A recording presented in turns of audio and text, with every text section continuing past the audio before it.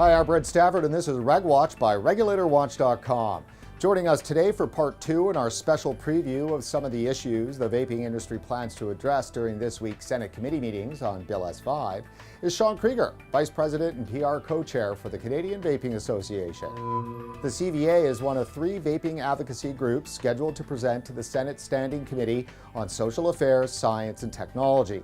The first is the Tobacco Harm Reduction Association, presenting on Wednesday, April 5th in the afternoon at 4:15 Eastern. And the following day, on Thursday, April 6th, the Electronic Cigarette Trade Association of Canada and the Canadian Vaping Association present in the morning at 10:30 a.m. Eastern.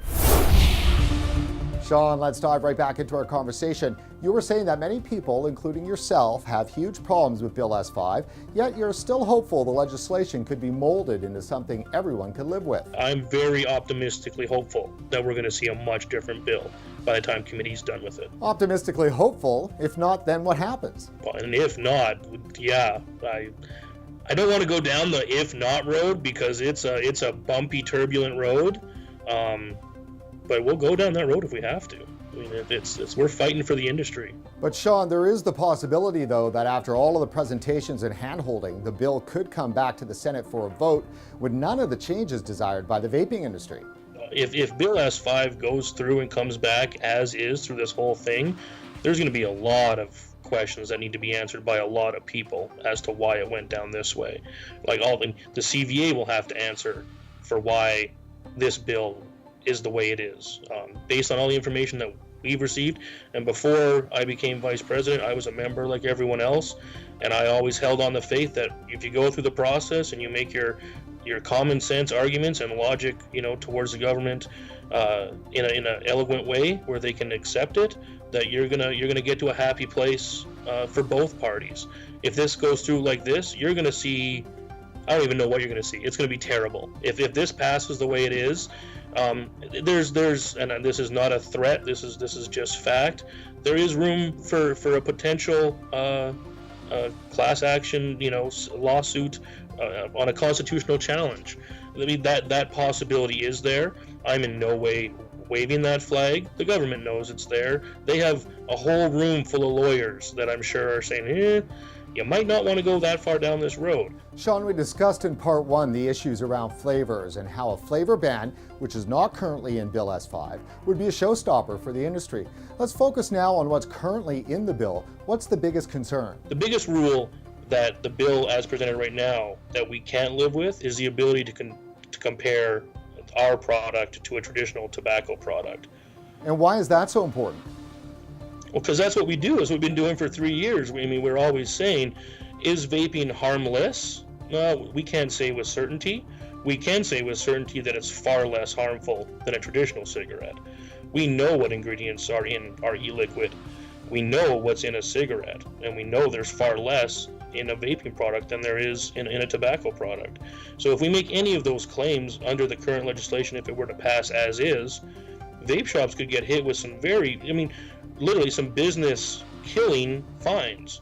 I don't know any vape shop that could sustain the penalties that are laid out in the bill, hundreds of thousands of dollars and years in jail for being honest and telling people about the science and how this is, magnitude safer than smoking. Is it 100% safe? No. But is it safer? Absolutely. Shawn, the fines and the criminal aspect of the legislation, is the CVA going to push back in these areas? The Canadian Vaping Association, we cannot accept criminal charges for the work that we're doing in the small little shops, the mom and pop shops, of which there's hundreds across the country that are constantly converting smokers into vapors and helping vapors down the vaping path. As our viewers are aware, Shawn, RegWatch has zeroed in on the no comparison section in Bill S5 as a troubling example of regulatory overreach.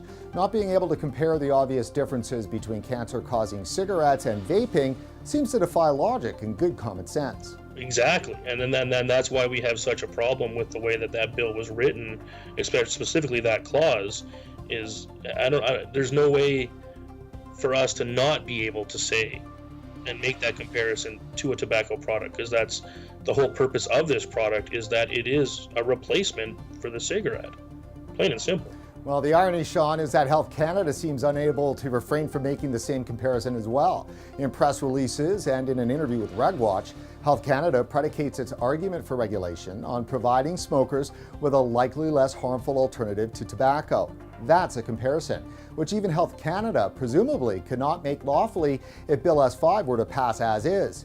Shawn, what is the CVA specifically going to ask for with regard to no comparisons? Well, specifically, we are asking to be able to make that comparison, to be able to use the studies that are readily available to the public at large, to use that information to help inform fellow vapors, possible smokers that are looking to make the switch, that gives them that evidence or that data, that hard data that says, this is the right choice for me to switch from smoking to vaping, and here's the reasons why. We're asking that we be able to use science as data, not from a sales perspective, although I'm sure that comes from it, but it's more from a let's get the world rid of smokers. Shawn, is the CVA proposing specific new language, or is it a matter of waiting to see what Health Canada's next move will be? I think, well, it's a combination of both. It's here's what we want to be able to say, here's what you've said, so it'd be silly for us not to be able to say what you've said, and in addition to additional language that we're currently working on right now as we get closer to committee. And I suspect that Health Canada is doing the same thing, as they know that this is a contentious issue around the comparison. They have to allow the industry to be able to speak about what it is. Shawn, let's switch gears here. The vaping industry is not alone in presenting this week. There are other groups. Who are they, and do you regard them as enemies of vaping? The true, don't inhale anything but oxygen. The ones that are not closed-minded people are our enemy, no matter where they fall, whether they're government or media, that aren't open to listening to and hearing the data that does exist. If we can curb the millions of deaths around the globe through this amazing technology, we should be applauded for our efforts. They should have National Vaping Day in every country.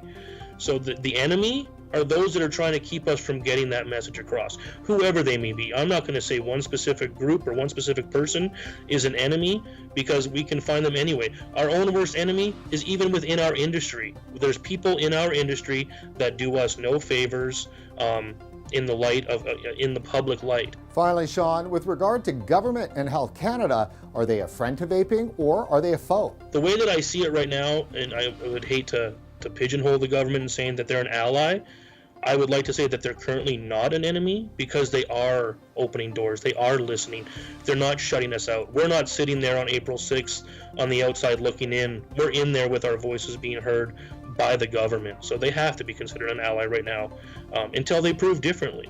Are we ready to combat them as an enemy? I don't think we're ready. We don't want to, but we will. I mean, it's the industry we're fighting for. It's our livelihood. It's the health of Canadians. Well, that's it for this special series on RegWatch. Before you head off, please like us on Facebook and don't forget to follow us on Twitter. For RegulatorWatch.com, I'm Brent Stafford.